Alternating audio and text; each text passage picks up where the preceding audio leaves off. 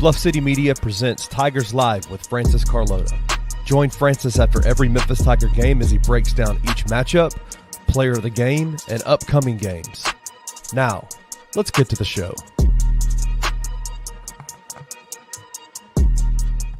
What's up? What's up? Roman, what's going on, man? I don't know what's going on. I'm doing well. How about you? I'm well, man. Sorry, that was just kind of a sudden start. I was expecting you to do the whole intro thing, like Francis bro. usually does. Listen. I'm not a professional like Francis. What's up? Hi, everybody. Roman, what's going on? Hi, everybody. Okay, let's start over. It's all good. You just caught me off spot. We'll start over. 3, 2, 1. Well, hey, welcome to Tigers Live with not Francis Carlota. This is Kenny Stubblefield. I am not a professional like Francis when it comes to this stuff, but Francis couldn't be here tonight or today, obviously. So it's me and Roman. We're gonna have a special guest come on in the second segment. Anthony Sain from the Anthony Sain Show will be on with us.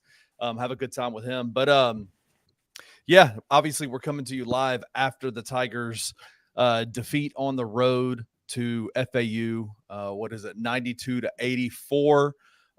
Just a rough game, man. I think obviously the Tigers played well in that last little bit. They knocked the lead down to a respectable amount, but just some glaring things I think that kind of popped itself out today against a quality team like FAU that I think kind of gives a roadmap for where the Tigers are going to struggle, I think, getting into the AAC tournament and possibly the NCAA tournament. It was just a rough, especially in that first half, a rough first half for the Tigers, and obviously they ended up losing the game 92-84. Roman, I wanted to ask you, man, just off the top, what were some of your thoughts from today's game?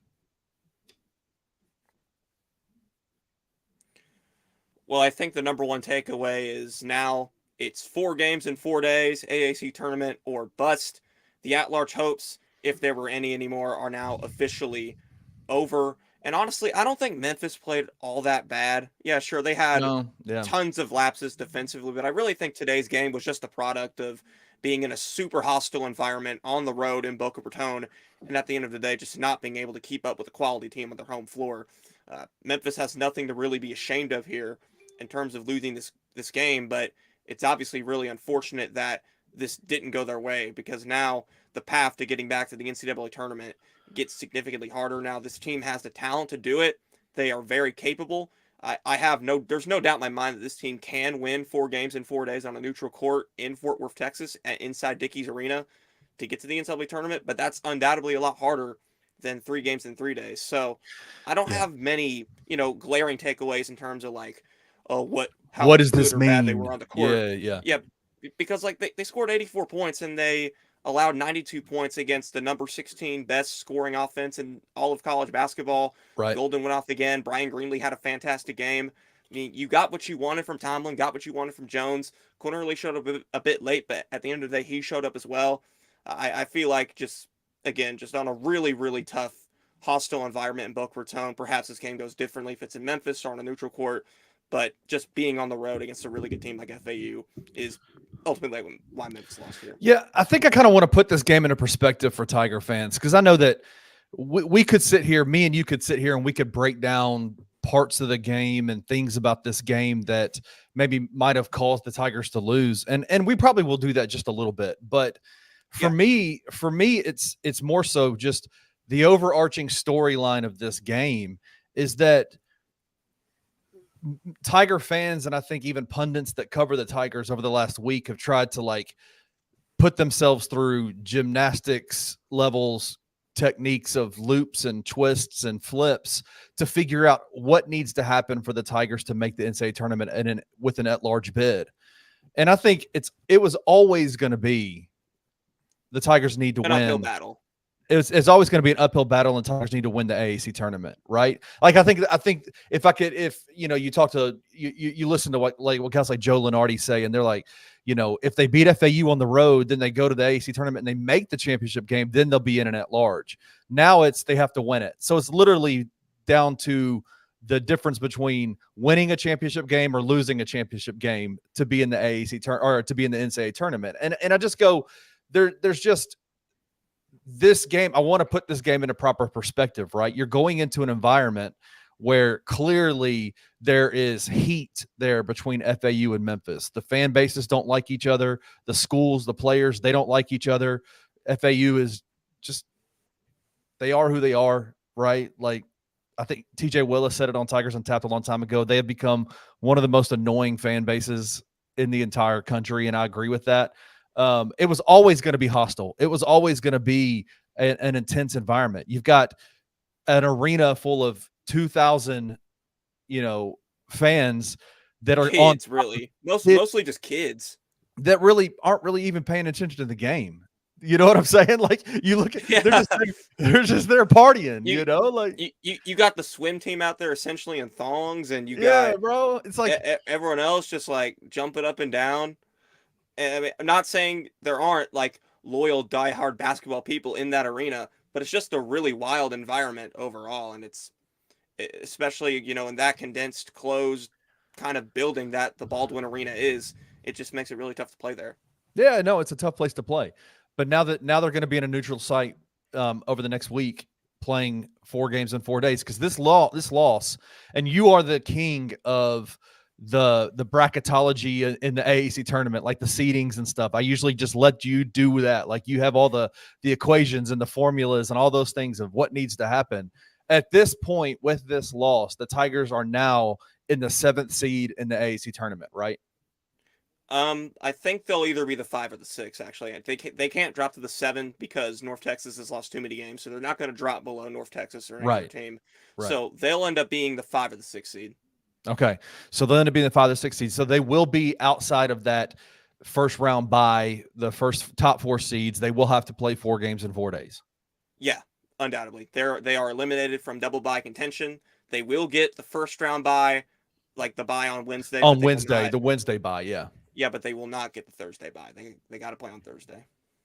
All right, so I wanted to we kind of now know, as we're looking ahead to the AAC tournament, let's take a step back from that and go, okay, let's look at this game for a second, because there are a lot of things that we can take away, and I think that our guy Hood Legend said this perfectly in the comments. He said, "I'm still proud of the Tigers. We fought hard, but really missed Malco today." And I think that that's a real thing, right? Like, the Tigers really missed their big man today. Yeah. We've heard a lot of people say over the past 13 days or so, really since that first FAU game, oh, Memphis is better without Malcolm Dandridge. And a game like today really proves that that's not true. Because we saw how bad the lack of Dandridge hurt them, obviously, with the way that Golden went off. He finished with 21 points and 12 rebounds again here today.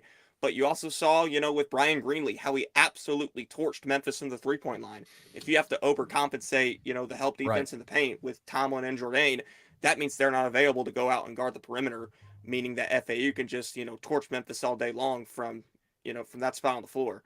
So Dandridge was sorely missed today. There's no doubt about that.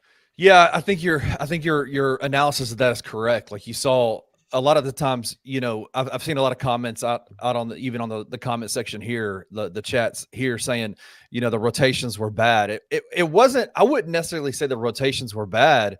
The rotations were, the defensive rotations is what I mean, that they were having to overhelp in the paint, right? Like, there were moments where you would have 3 guys trying to rake the ball from Vlad Golden in the paint, and then he would make a pass out to the key or make a pass out to the wing.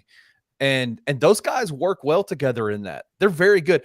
The easiest thing to guard is someone that passes the ball out from a double team onto the wing and just is standing there static. But those guards move. And so there's a lot of wide open shots because of the off ball movement and the fact that there were 3 dudes having to guard Vlad at one time. Like, so yeah, I think that was a lot of what I saw in terms of just the points in the paint were obviously, majorly in the favor of FAU in this game, but just those kinds of things that really did hurt not having a big man like Malcolm. And then obviously with Jordan Brown, he's just not that guy. That's my one criticism of Penny today. Jordan Brown played way too many minutes in the first half. He has no business playing 10 minutes in a game right now. He just doesn't.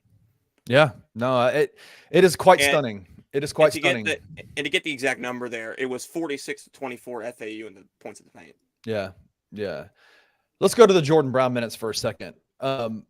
I do think we have been at BCM. We've kind of been critical over the last few months with Penny's rotations and his substitutions and things like that. And I think that conversation, we're not having the same conversation today because it wasn't the rotations or the players that were playing or who's playing, whatever.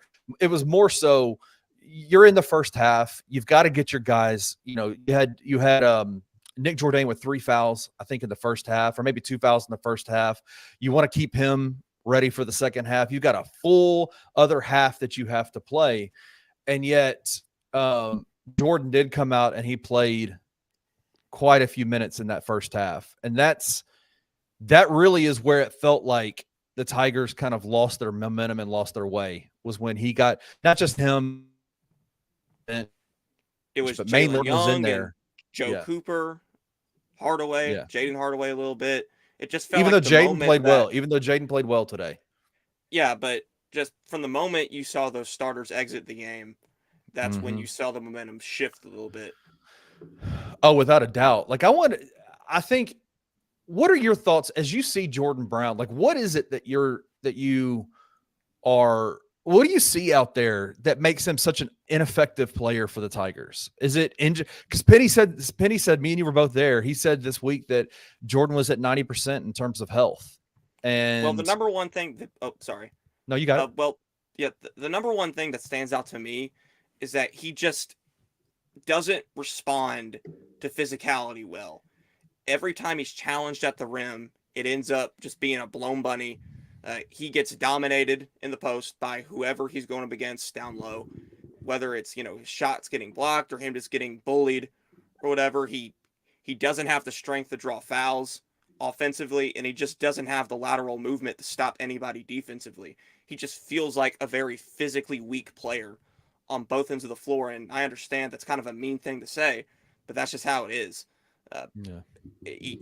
I don't know if it's him not getting in the weight room enough or him not being fast enough or whatever it is, or just not having that dog in him. I couldn't tell you, but he just isn't physical enough. He doesn't respond to being challenged at all by anybody. Not even challenged by the big man, but challenged when he has the ball with his back to the basket and he has somebody come in and rake the ball, a guard come in and rake the ball. It is one of the easiest things I've ever seen, someone raking the ball out of Jordan Brown's hands.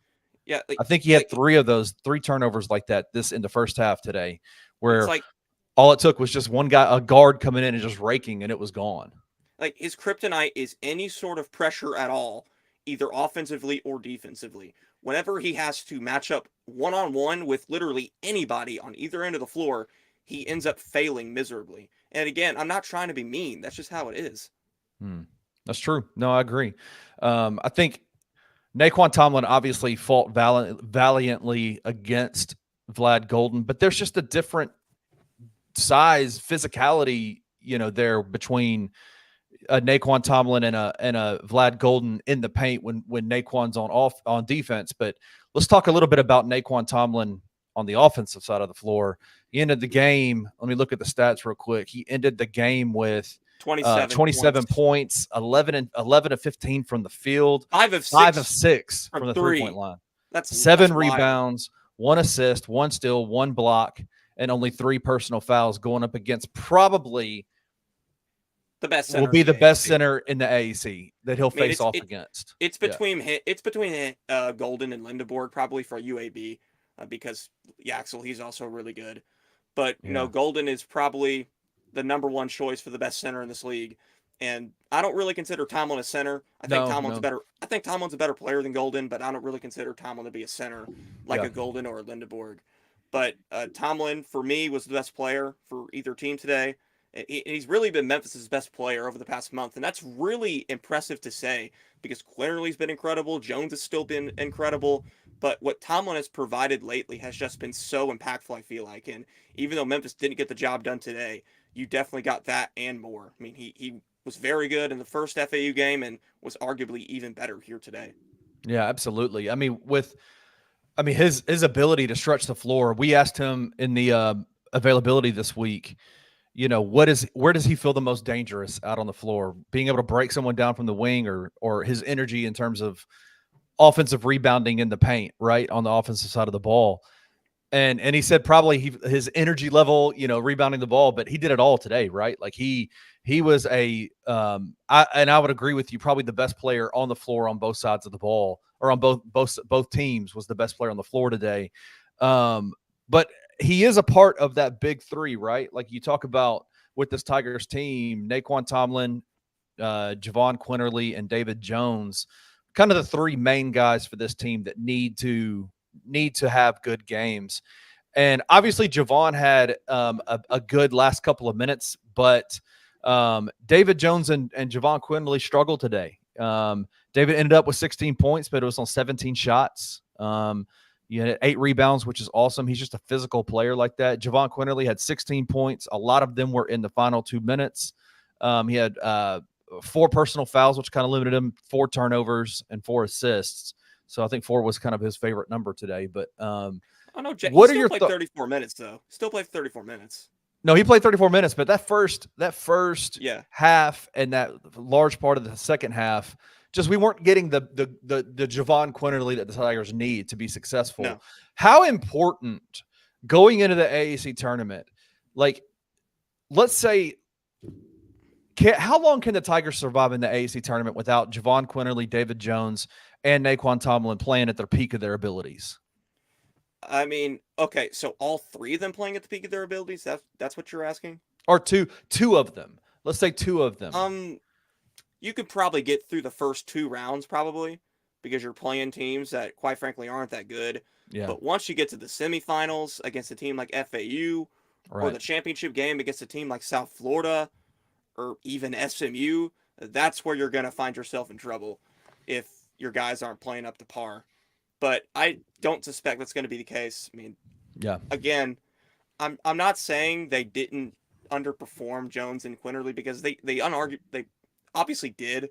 But again, right, this was just a really tough environment. Yeah. And they're not going to get that in the AAC tournament. They're just not.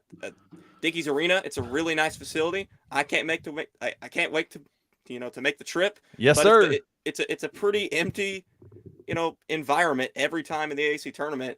And right, Memphis usually gets more fans there than basically any other school. Houston had a decent turnout as well when they were in the league, but they're not this year. So we'll see how that goes as well. You would think SMU gets a good turnout there, but they really don't. They don't. Yeah. SMU doesn't. Who else? I think even Houston, Houston was it was always Houston and Memphis, right? The last few years in terms of the crowd size. But Houston's fans kind of waited until the finals to come. But those finals games, Houston versus Memphis, were always bananas. This is going to be an interesting. Rowan and I will be there actually on site for the AAC tournament this week, and I'm excited to see what it's going to be like, because you don't have that Houston team that obviously is one of the top teams in the country every year. With the kind of that rivalry with Memphis and all that kind of stuff, everybody's waiting for that Houston-Memphis game in the finals, and last year especially didn't disappoint for Tiger fans. I wanted to ask you this, as we're still looking ahead to the AAC tournament, where let's kind of wrap up the FAU game, put it away, and say, hey, like, that is what it was. They played valiantly, they played hard, they didn't give up like they did in the SMU game. They fought their way back into it when it could have gone really bad for them.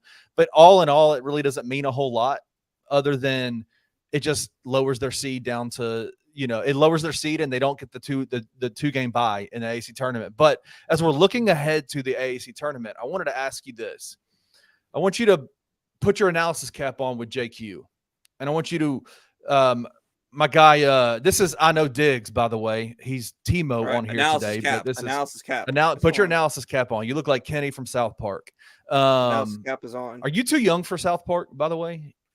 Probably. You're too young for South. Do you know that show? Anybody? Yes, yes, I know it. I've seen it, okay, but it's past my time. Okay, Jake. Damn, I'm so old. JQ has to take care of the ball or we will be out. We don't need him to score as much as just controlling the tempo of the game.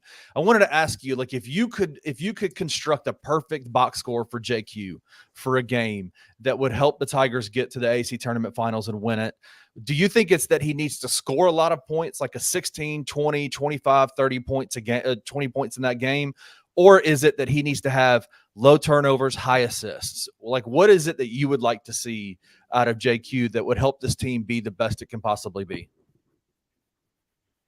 Frankly, I think it's both. I think you need both out of him. I mean, obviously, I guess you need the playmaking more since you have Jones and Tomlin as also there as really good scorers.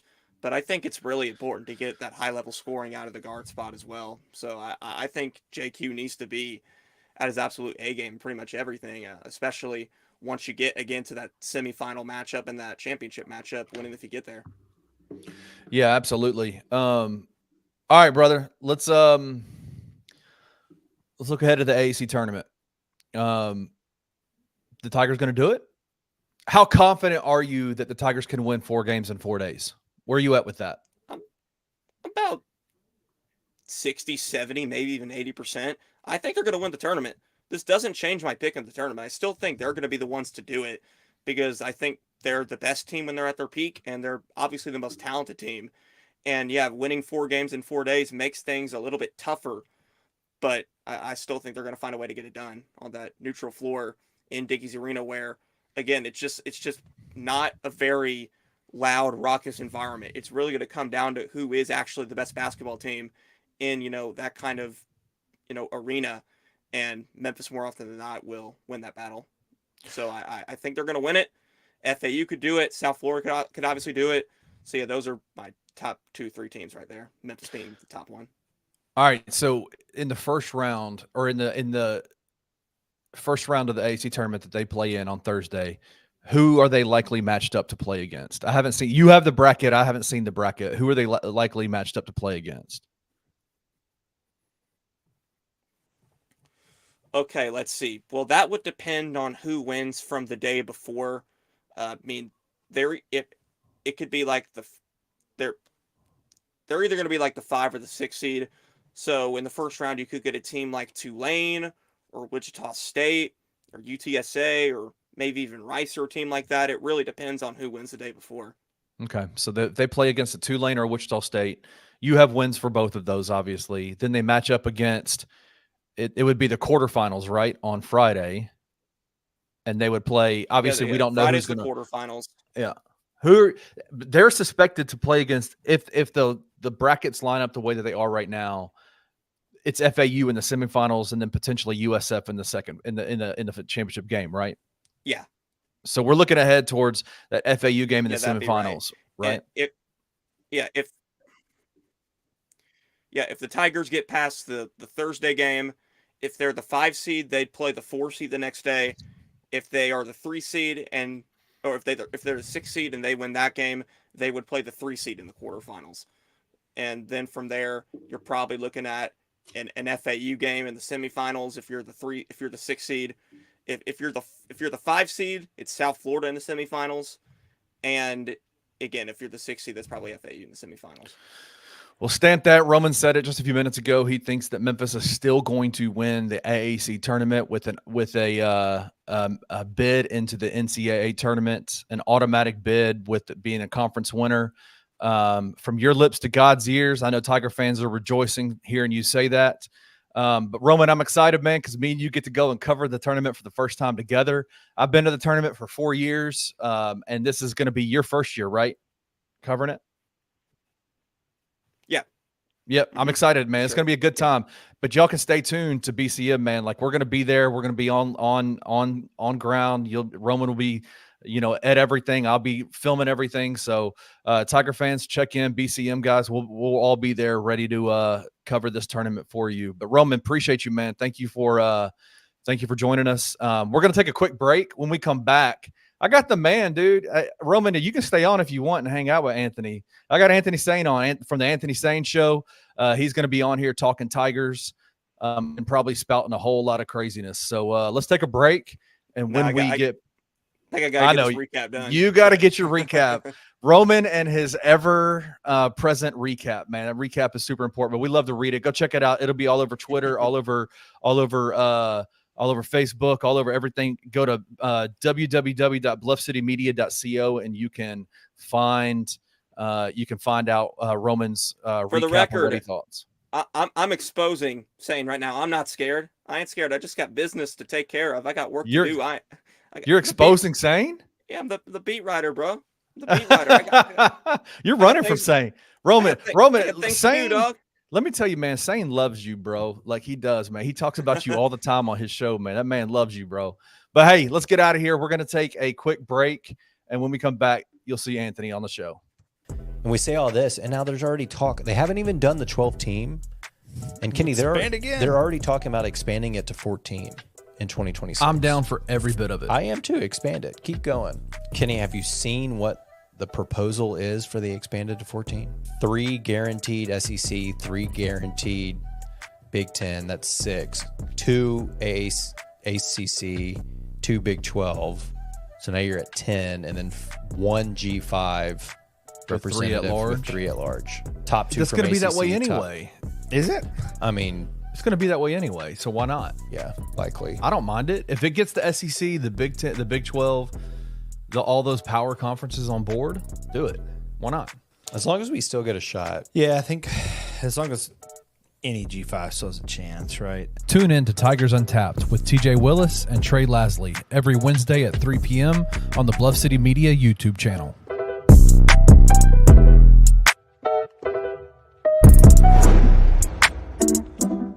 Even with all that joking about what I just said, like Memphis is still top talented team in the conference. If they're not 1, they're 2. You know what I mean? Yeah. Would you be shocked to see them? I don't really care if they went out, but I would not be surprised to see this team go in the tournament, 4 games and 4 nights, win the thing. They have the talent to do so. It's never been done at Memphis. It's hard. That 2005 team with Darius Washington was trying to do it, needed to win the conference tournament to make the NCAA tournament. Darius Washington misses the free throws, but that was 4 in 4 days. You've got this situation now. Yeah, Memphis is talented enough. There's no question about it, but especially when you consider the fact that there's a good chance, it feels like Malcolm Danner's not going to play against East Carolina. If you don't have him the rest of the season, it does leave you extremely thin in the front court. And so making this run, running the table the rest of the regular season, winning what we think probably going to be 4 games in 4 days, you're going to probably have to do it with about like 6 guys. Yeah. Tune in to the Anthony Sain Show Wednesdays and Fridays at 12 p.m. weekly on the Bluff City Media YouTube channel.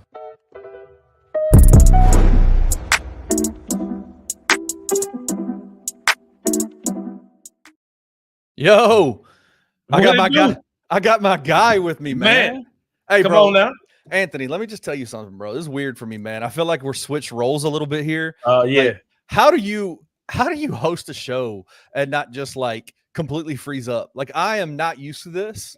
How do you do it, man? Time and repetition, man. Shout out to Kevin Cerrito, who was the first person to hand me a mic and say, go host this show. And yeah, I would love to hear the audio from that first show, man. But You think it would have been rough? yeah, it probably was terrible. But time and repetition, man. Plus, I have a history of Brad Carson asked me this too. He was like saying, he's like, you feel like such a natural whenever I was hosting Jason and John show, whatever. He said, how you naturally good at this? I said, Brad, my dad was a pastor, and it was several years of forced Easter speeches that put me out in front of people. So I kind of got it down at this point. Well, it was good to have you on, man. Last regular season game of the year for the Tigers, and we had to save the best for last. We had to bring Anthony Sain on, host of the Anthony Sain Show, host of the Sain Asylum Media podcast. What is Sain Asylum? Sain Asylum podcast. Sain Asylum podcast. Also, Claws and Paws about to relaunch again. Claws and Paws about to relaunch. Founder of the Asylum Media Group, a man amongst men. Yeah, the tribal chief of Grizzlies Twitter. I mean, bro, you are you got a lot of hats that you wear. Yeah, man. But I try to. Father to Sabrina and Gabe. Mm-hmm. I mean, come on, man. 4 sport athlete, 2000 class of 2032. Gabriel Sain. Let's go. He's already committed to Prime. Got him. Coach Prime's already got him. Oh no, man. Depends on what Memphis is talking about, man. Gabe Kuhn is really dropping the ball on Gabe. I'll let you know. Gabe Kuhn has talked about working Gabe out, getting him some offensive line training this summer. The man BSing, man. I don't know if I can cuss on this show, but the man BSing for real.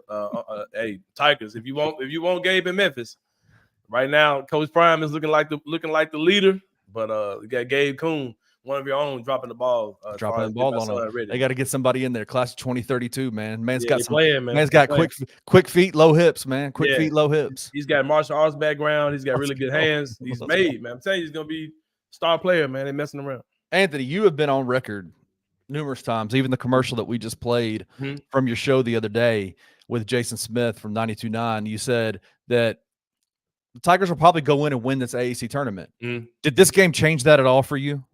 Somewhat. They look that FAU team is a very, very well coached, very disciplined team. And if you get into a half-court game with them, you got to be hella disciplined on defense. And we were not doing several stretches of the game.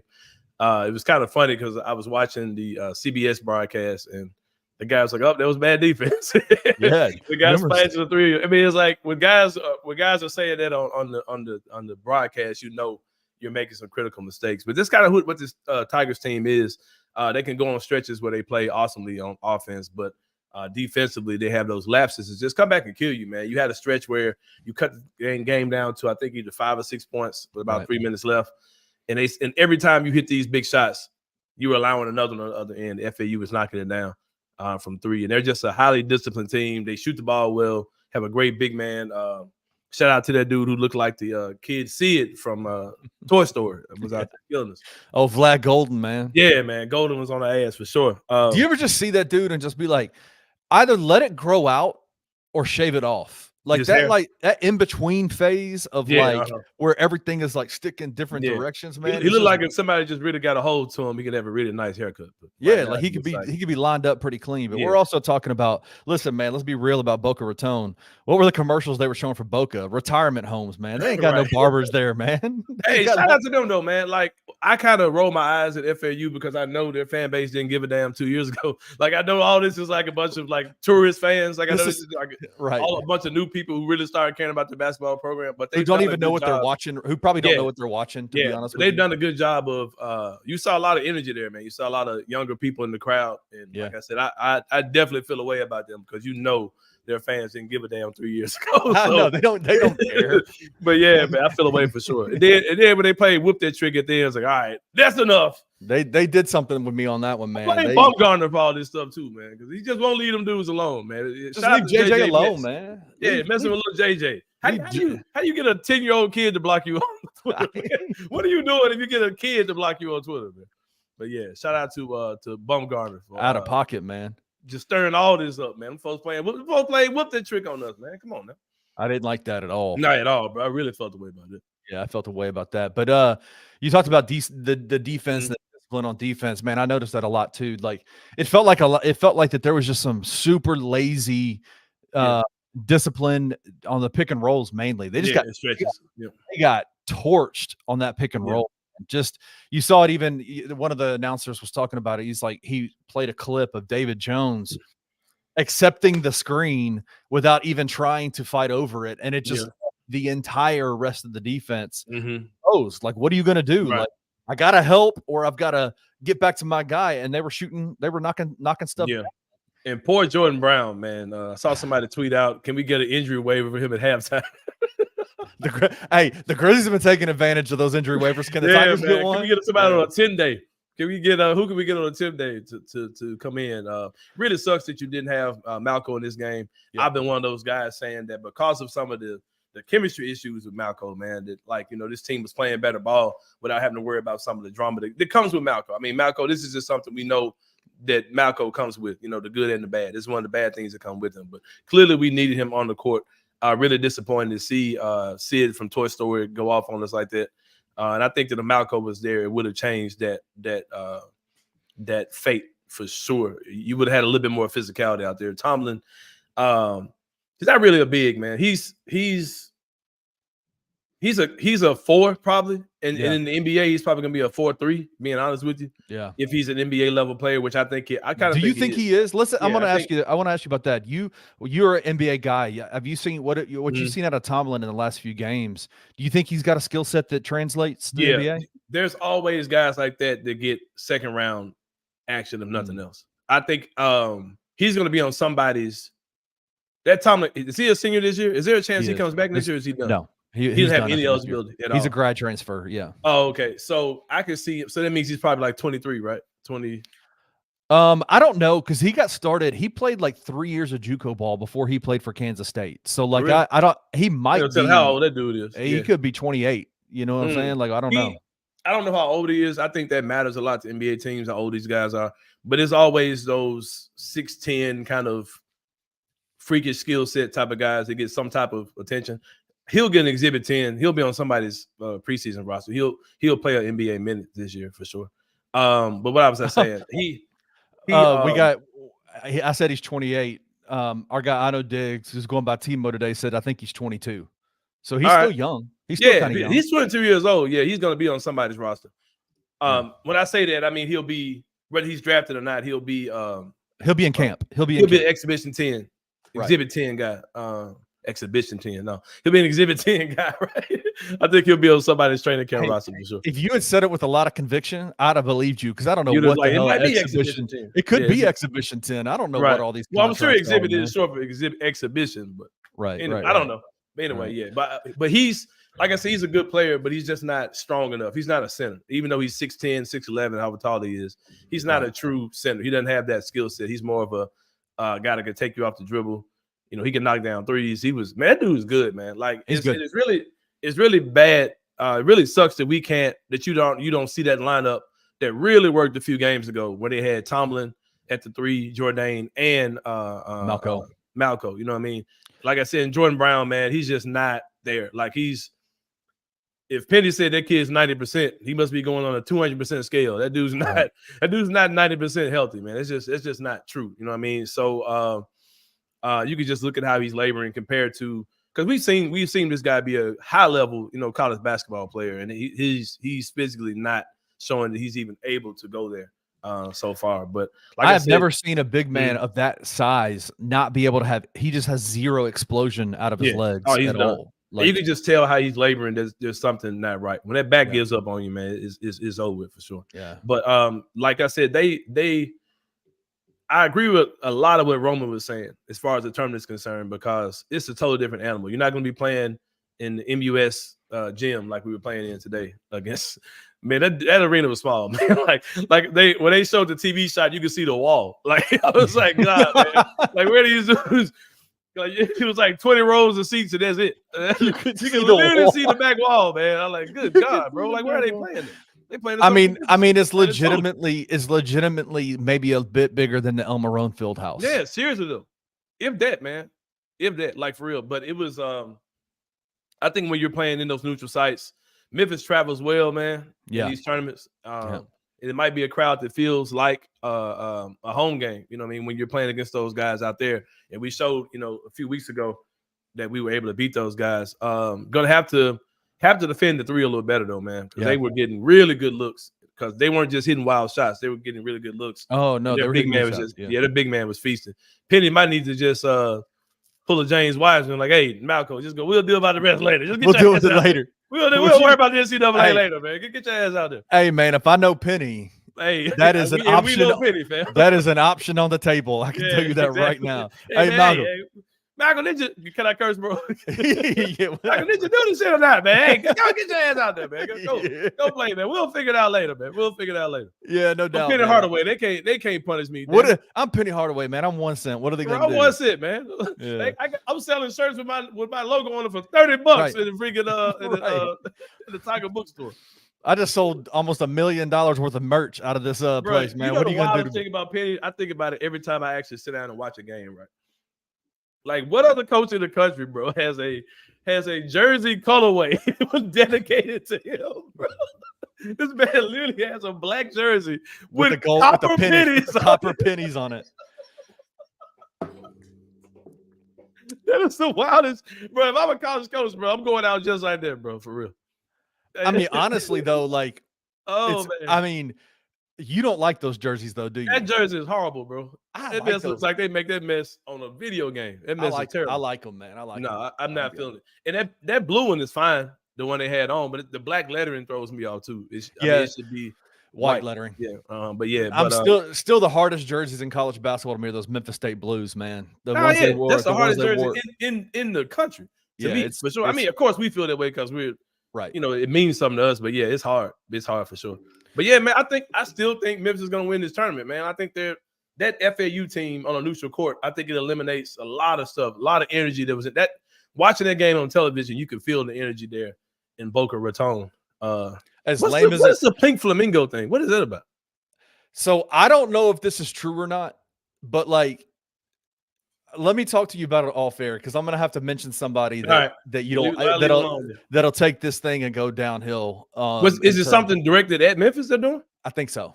For real? I'll talk to you about it off air. Oh, okay. I want the energy to stay high on the show. Oh yeah, we ain't worry about that. Because if I do that, we gotta get them bombs about here in this next weekend. Man. This week. So Coach Wayne Kelly, who's he's in the chat all the time with the Grizzlies and the Tigers. He said, "I wanted to see a team today, win or lose, that made me think the Tigers could win 4 games in 4 days." He said they didn't convince me. You agree with that, or do you? I mean, I don't. I think the Tigers can win this tournament next week. I think Memphis and FAU are the 2 best teams in this conference. I mean, shout out to your boys, USF or whatever school that is. They're fraud. They're on the Florida team, but they're not as good as FAU and Memphis. And I think that it's really asking the question: can Memphis beat FAU? Yes, they just did. You know what I mean? So, even though we lost this game tonight, I still think Memphis can win this tournament. I mean, in this team, bro, like it just feels like the more their backs are against the wall, the more they're going to turn up. And they didn't really feel like that. I don't think they felt like their backs were against the wall tonight. I think they feel like, hey, let's see what these guys are the second time around. Hopefully we can get them, in the tournament. But get some more game film. Get some more game film for the tournament, right? And I can also see us getting bounced the first game on Thursday. Yeah, you never know. Let me put that out there too, man. Yeah. There are many options that can happen next week for sure. That's what I told Roman at the beginning of the show. I said, I think it's going to be super easy, and I can guarantee the Discord, the Bluff City Media Discord, which if you're not a member of, you can join for $5 a month. Yeah, a mere $5 a month. A mere $5 a month, a cup of coffee at Starbucks. But I can guarantee you that there's a lot of critique about the Tigers team and what this game means. This game meant nothing for the overall season. They weren't getting you weren't getting at large. You weren't getting at large bid with even if you won this game. It wasn't going to happen. I know that there was a lot of loopholes and lifelines that were being thrown out there about how it could possibly happen. And, poll watching, if Boise State loses, then this, that, and the third. You weren't getting in without a conference championship. And so this game, for all intents and purposes, didn't change the trajectory of the Tigers season. They still have to go in. The only thing it changed more than likely is now they have to do it 4 games in 4 games instead of 3 games in 3 days. My man Timo made a good comment. Please put that on the screen. The last one he has up there. He says that one, it would have just been us closer to being out. We would have just had to deal with Tiger fans bitching about why we didn't get in. Right. If we, it's just go win the tournament at this point, man. I think FAU is the only team that you can really feel justified about losing to. If you lose in this tournament, go beat these dudes, man, and go beat them. You know what I mean? Like they're a good team, but we've seen this Memphis team turn up to the point where their defense looks really good. So just go do it, man. And like you got to show up your half-court offense. And also, I'm not banking on – I don't know what his final stats were. I'm not banking on David Jones having the game like he had today again. I think he was like 5 for 17. Yeah, 5 for 17, 16 points. Yeah, he had a rough game. He had a rough game. Yeah, I think you're going to see – I think they'll figure it out, man. I think that and then, like, I saw somebody saying, the Tigers won't have the legs to do it. Man, somebody's gonna win this tournament. Somebody's gonna have the legs to do it. And I know they got an extra game to win because they gotta win 4 games now, right? Yeah, 4 games in 4 days. Yep. Hey, somebody gonna win the tournament, man. So why not them, right? Why not now, Why not us? Yeah. What are your other thoughts as you watch the game, just in terms of overarching stuff? Is there anything else you saw that intrigued you about the team or anything going on? Not really, man. I was kind of surprised to see that Jordan couldn't hold his own as much with the big kid as much because he was out there just getting worked by that dude, like for real. And Tomlin too. I really realized today that Tomlin really can't deal with physical bigs, So that was the thing. They shot the ball. The Tigers shot the ball pretty well from deep. Man. But how much of that was Tomlin though? I wonder if he wasn't on. What were the other guys doing? So they were 16 of 32. They shot 50% from the game, from the 3-point line. Tomlin was 5 of 6. So yeah, I think your point stands. Like if he had missed a couple, then it would. But I mean, their number still would have been good. I didn't know 16 threes in a college game is a lot. They made 16 though. Yeah. Oh, okay. Yeah. There are some guys that I wonder just what they'll be able to give you. Like what's the kid's name? The backup point guard, the physical Jalen Young. Yeah, like I wonder if that guy gives you anything. The Cooper kid. I mean, it's just that roster is. And why your boy ain't playing no more, man? The best shooter in the world, man. Why he ain't out there? Jonathan Pierre? Nah, yeah, him too. I was about to ask him too, but I'm talking about Ashton Hardaway now. Like that dude gets no run now. Did he play at all in that game? It's so all over the place, man. It's so all over the place. But yeah. I think it's wild to me. Like one of the things that was the conversation around this team at the beginning of the year was the depth, right? Like how deep this team was. That there was 10 people deep, and that at every position they had 2 players that could probably play big minutes, and that is just not the case. Not the case. Yeah, they are a starter, the 5 starters, and nobody else. Like Jaden came in and scored 8 points today, and it was like a revelation. Like, oh my God, like we got support. Hey, he had a hell of a game today. Yeah, but that's really about it. I mean, you can look at the splits, man. Like, let me look at this real quick. They had. Let me look at the box score. They scored. I'm gonna crack a joke while you're looking at that. Will says Ashton don't play defense and only shoots threes. Hey, he got Luke Kennard $15 million, man. Hey, man, made him untradeable in the eyes of Grizzly fans. So, hey, clearly we should be playing that dude. But no, go ahead, man. They scored 8 bench points today. Oh man, no, you're losing. I don't care what your starters are doing. You got to get something off of your bench, man. They got to find a way to get some other guys going. But what? But who? But who? Your boy, man, the kid, the little weird kid. Like he had a good game. He had some good games in a row, like not too long ago. Yeah, it is strange. What's strange. His name? The Pierre kid. Why Jonathan Pierre. How you get out the rotation? Back out the rotation. I don't know. I don't know. Listen, man. We have had multiple discussions about Penny's rotations, and I've given up trying to make sense of it, right? Like, Jaden was out for a couple of games with a concussion, symptoms and all that kind of stuff. And so Jonathan got some run.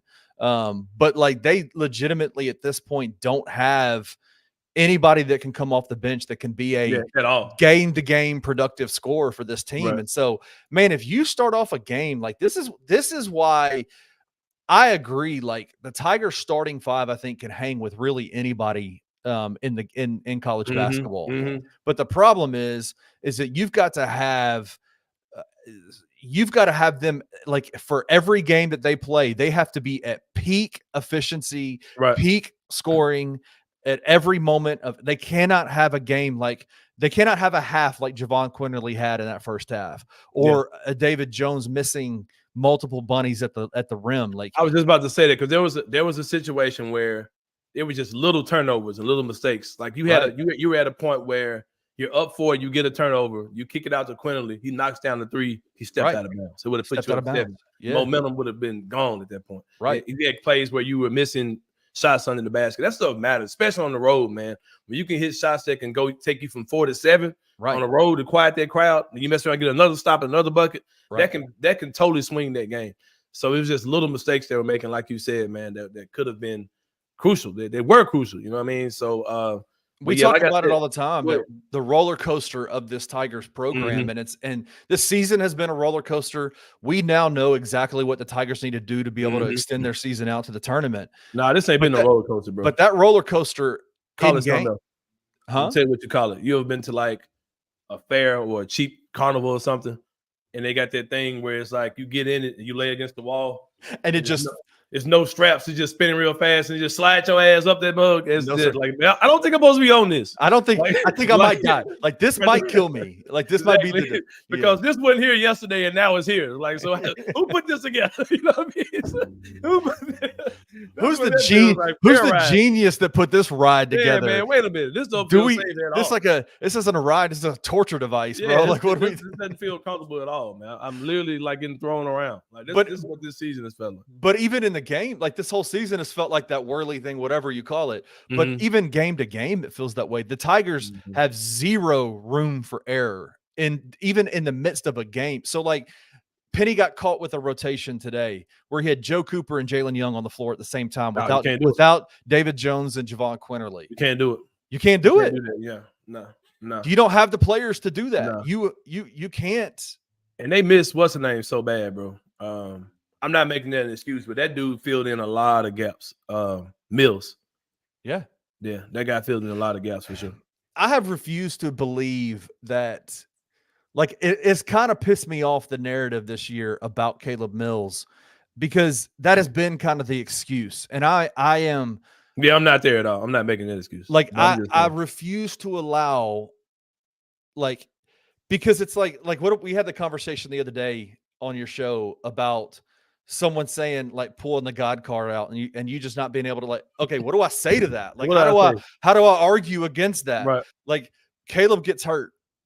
And nobody knew how instrumental Caleb was to the team until after he got hurt and the team started sucking. And Penny goes, man, Caleb was the heart and soul of this team. And if he wasn't gone, we'd be fine. How do you? I don't know. I'm not in practice. I don't know. I don't know. Right. How do I argue against that? Right. But there's like, am I supposed to feel bad for you? Like, I feel bad for Caleb because he got hurt. But I don't feel bad for the team, right? Like, I don't feel bad for the team. When Penny says we've had 3 different teams this year in a week, like, hey, who am I to argue with this? Penny Hardaway. Yeah, you're right. I sound like saying he don't know what he's talking about. But it's like, you know, I think it's pretty clear.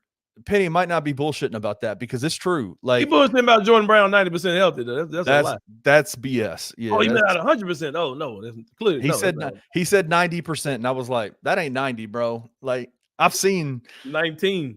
That's 19%. Yeah. But no, man, I think I definitely do. I've kind of come around to this idea, and maybe it's more so because of the bench depth, but not having Caleb out there has really hurt this team in terms of just their being able to do things on the floor when not having to have Javon and David and Naquan all have monster games for the Tigers to win by 4. You know what I'm saying? Like that's a concern for me. They're really struggling to find points in the half court, and they're not that type of team. They got to speed the game up. They got to get in the open court. They got to turn teams over, and they just weren't able to do that against FAU. But they're a prepared team, man. You know, you're not gonna get those guys out of playing the way they want to play too often. Go ahead. Someone made a comment that I want to post up here, and I want to get your understanding because you're kind of the Penny.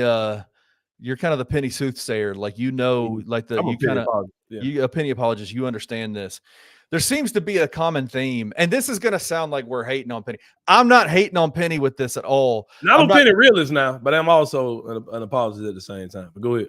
I don't want this to turn into a bash Penny session, but I do think this is interesting. You asked about Jonathan Pierre just a few minutes ago, and Wayne Kelly said this. He says, wow, the Pierre thing is real. He looked at one point to be the 6th man and now nothing. Pierre is the Josh Minot of the Tigers. And it's interesting because I know you haven't really been interested in the Tigers for quite a while, but that 2000 I came in with such hot. You were ready to go.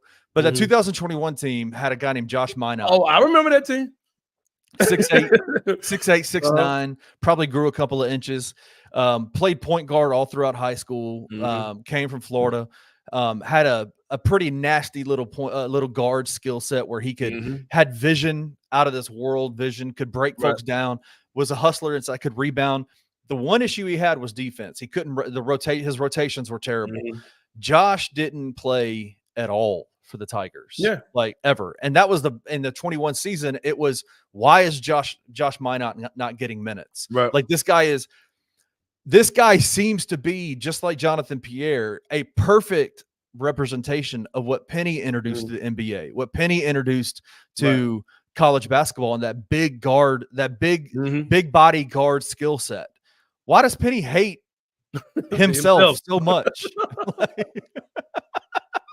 Why does he hate his own guy? Like his own. It's kind of like with Jordan. It's kind of like about Jordan. He signs all these dudes to Jordan brands and gives them ass shoes. You know what I mean? It's like, dude, it's like you're signing all like the best players of the league. You know what I mean? And you giving them horrible shoes. You know, but no.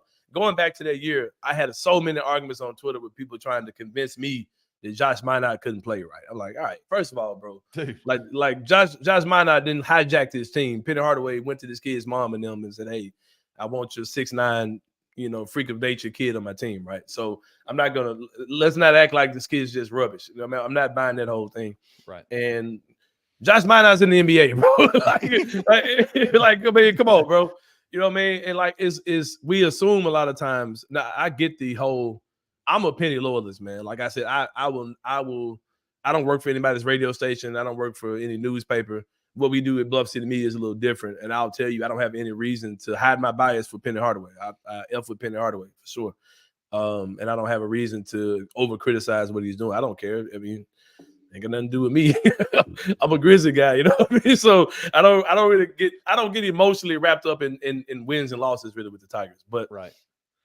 With that being said, though, I remember being critical of Penny not using that kid. I was like, dude, that kid's 6'8", 6'9". You can play him at the 4, the 3. You can do a lot of things to that kid. He's super versatile. Like I understand, he's bad at defense. Okay, most kids are. You know what I mean? Like, most especially freshmen coming in. But just choosing not to develop that dude and just kind of forcing him to get better on the court always felt like a strange move, especially when a team turned around and said, I'm about to make this kid a millionaire in the NBA. Like that was just such a strange thing, you know what I mean? And I said all that to set up to say that I'm a Penny apologist. All I care about is, hey, I'm the dude who'll say, hey, Penny's bigger than the program. Deal with it. Like I'll say that type of stuff, right? But I'll also say you can't always take Penny's judgment to heart because I've seen him be wrong about dudes. You know what I mean? I've seen him really I saw him try to make Imani Bates a point guard. I mean, you know what I mean? Like I saw that, bro. You know what I mean? We saw him put Lester Quinones in the post for 2 seasons. Yes. I saw Precious Achua. I saw people telling me he was a wing. Right. He's like a center in the NBA right now. Right. You know what I mean? Like I saw all this stuff, bro. Like, you know what I mean? So Penny can be wrong. Penny has been wrong. He can misevaluate guys. That's something I think in time he's gonna have to figure out.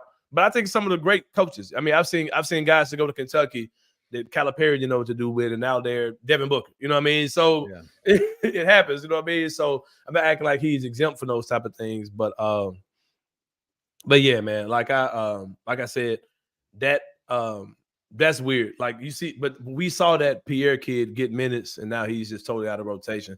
But regardless of all that, man, Memphis knows what they have to do. Yep. They know that the NCAA tournament, if that's something they care to be a part of, they want to join the crowd, join that the group of teams that we playing in that. They know what they've got to do, man. And it just goes back. I was watching the game, and I said, man, and I'll say this. I really got a slide, Kenny. You got it. But I'll say this in closing. It just really made me very, very disappointed to watch that game and watch us battling. Oh man, if we get this, we can come back and all that. And I was just a point where I said, bro, this game is really not supposed to be mattering this season. Like this team was a ranked top 10 team in the country, and all your net ratings and strength of schedule and you had all that, man. You had all that figured out. You had no bad losses, but that stretch of bad losses that we got a few months ago murdered this season. Like, and this game against FAU could have just been nothing. It could have been, hey, a game you're supposed to lose. Can't wait to see those guys in the tournament. Even where the tournament didn't matter anything, you would have been in the NCAA tournament. But now you're at the point where you're, here we are. You're 5th or 6th in the AAC. Yeah. Hey, before you get out of here, and I need to go. Can you give me 2 more minutes? Yeah, go ahead. You on your show on your show on Friday, me and you had a discussion that almost brought both of us to tears, and it relates to the Memphis Tigers because it's Derrick Rose. Oh man, I want you to kind of share your thoughts, man. Have we seen the last of Derrick Rose in the NBA? I hope not, bro. All signs point to he needs to give it up. He's not going to turn down money. Like if you saw that Derrick Rose interview he did in that barbershop, can't remember what podcast it was. Derrick Rose is about that paper at the end of the day. Like he's a businessman of the NBA at this point. He's not gonna turn that money down. There may be a way he can retire with the injury exception, you know what I mean, and still get his money. But I just hate it, man. And I hate that the Grizzlies are such a roster crunch where you have to ask those type of questions, because good teams should have the luxury of having OG on your roster. That's kind of part of the gig, man. If you're a good team, you got that OG, on your roster, whatever. You look at every good team in the NBA, they've got their dude, man. The Oklahoma City Thunder went back and got their dude. You know what I mean? Hey, we got LaRavia and Conchar on our team. Yeah, we got them type of dudes on the roster, man. You know what I mean? And Zaire Williams on the roster, but I can't keep Derrick Rose all timer. What are we doing, bro? And you see Grizz fans, oh, get him out of here. You need to just cut him. Like, nah, man. Like, nah, bro. Nah, that's the bad basketball mojo, guy. Man. The basketball gods would look. That's how down you say it. It's on bad your mojo, man. Yeah. Keep D Rose around, man. But I wish him the best. Probably one of the greatest Tigers as far as after his career goes on. We had such great dreams, man. When Derrick Rose signed here, we was like, oh man, he's gonna be on penny bench in a minute. Watch, right? What did I tell you? And that still could be the case. It could happen. Man. Let's go. I'm down. You know for what I it. mean? That still could be the case for sure, man. But like I said, big week ahead, of course, for the Tigers, man. Kind of a disappointing season to see how things have. Ain't no kind of two. It's been a disappointing season. If they don't get into the tournament, it's going to be a disappointing season for sure. But just to see where they were, Penny had this thing rolling, man. They were going out there blasting everybody. You know what I mean? Which is something I said that they would do. I said this team is going to be blasting folks, and the wheels just kind of fell off, man. And now they're in the point where they're pulled over on the side of the road trying to change their tires, and we'll see. What hey, they man. can do next week. Listen, Anthony, thank you for joining us, man. For I sure, know man. taking time out your day, go defend Memphis, baby. Hey, Memphis, baby. Wear the crown. Wear the crown, baby. Let's get it. Have fun, man. Enjoy your time. Tiger fans, check out Anthony Sain show every Wednesday, every Friday at noon. Anthony, thank you for joining. Hey, we're going to take a quick break. When we come back, I'm going to be on for the next 5 minutes. If you have any comments or questions, I'll try to answer them best I can, and then we'll get out of here. But Anthony, again, like I said, thank you, bro. My guy, for sure, man. This past week, it not only kept that 1% hope alive, I think that percentage has grown because you see them beat Florida Atlantic, you realize they can beat just about anybody in conference if they can beat that team. Yeah, and we've known this. They haven't shown that in quite a while, but we've known the whole year that Memphis is really at their best, at their peak max powers. They're capable of beating pretty much any team in college basketball. I believe that. I mean, yeah. They have very quality wins. They've went in tough environments and won games against quality opponents. Like, Memphis can beat a lot of top 25 teams in the country probably. They're just that good on paper. But for whatever reason, they only show up at certain times. Tune in to On the Bluff with Christian Fowler and Gabe Kuhn every Tuesday at 12 p.m. on the Bluff City Media YouTube channel.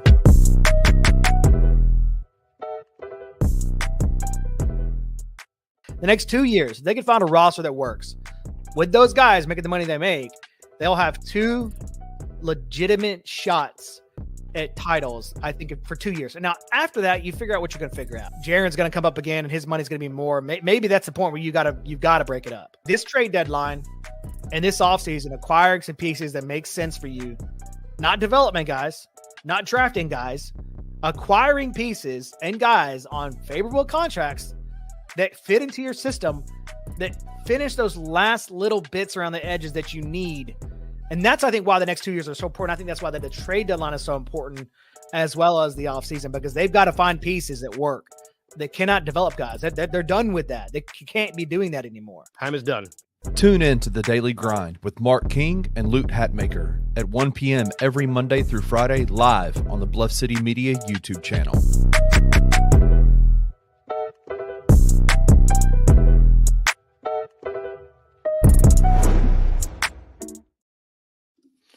All right, man. Hey, listen, we're going to be here for just a few more minutes. I appreciate Anthony for joining. Appreciate Roman for coming on and joining us for this Tigers Live postgame show. Francis Carlota will be back for the AAC tournament. Obviously, he had some stuff going on today. I think his parents were flying in from the Philippines, he said on Twitter. So big stuff for him, having his parents in town. But yeah, man, if you have any questions in the comments, please send them and I'll try to answer them best I can. But obviously, Tigers fall today, 92-84 to FAU in Boca Raton.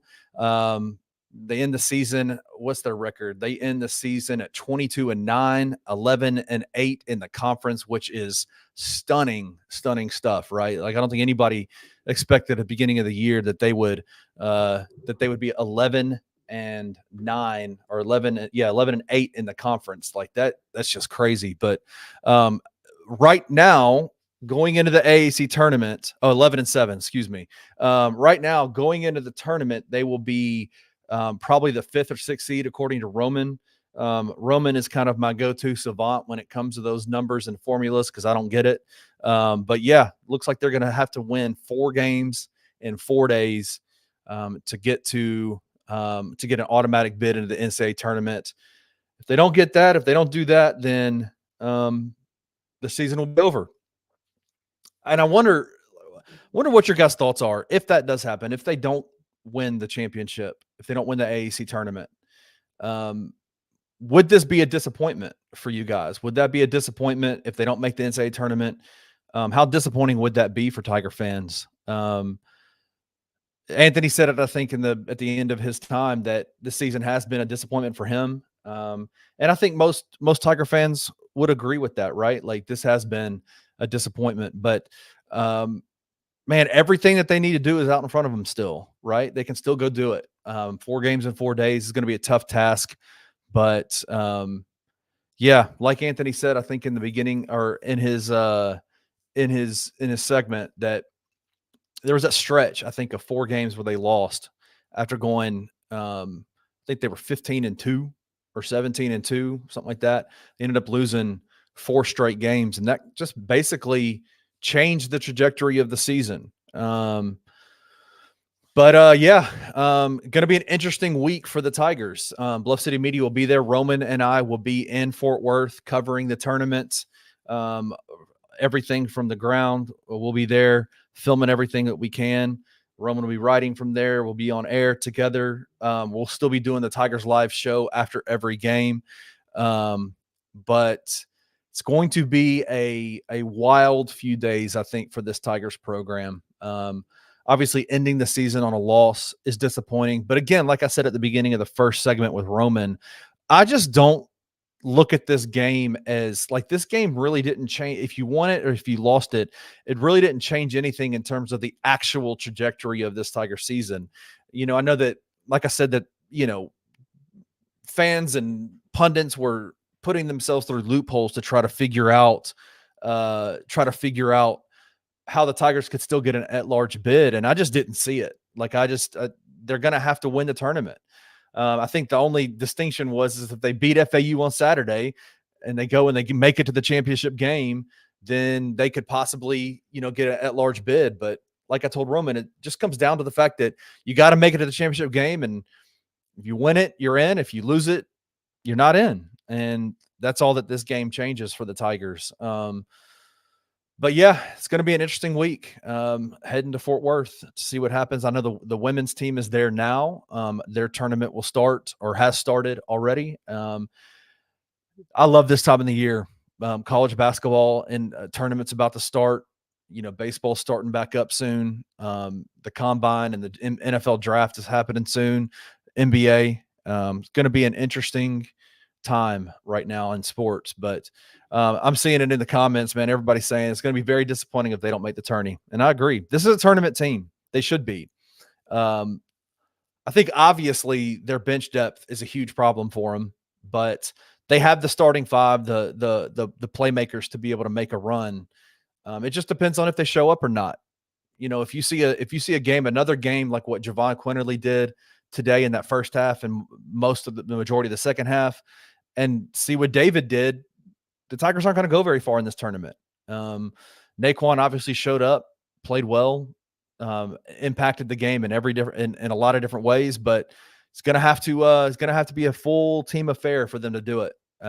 They just don't have the leeway, right? They don't have the leeway to not. They don't have the leeway to make those kind of mistakes, to have those kind of games where one of those guys is off. They just can't do it. So, but listen, thank you for joining us. Gone a little bit longer than we normally do, but thank you for joining us. It was good to have Anthony on, man. He doesn't really talk a whole lot about Tigers. I know someone said that they love to see him talk Grizzlies, and he is a Grizzlies guy, but having him on the Tigers, he's covered the Tigers before in the past. Having him talking about the Tigers was a privilege for me, and I hope for y'all too. I hope you enjoyed it. But anyway, thanks for joining us. And again, Memphis lost today, 92-84 to FAU in Boca Raton.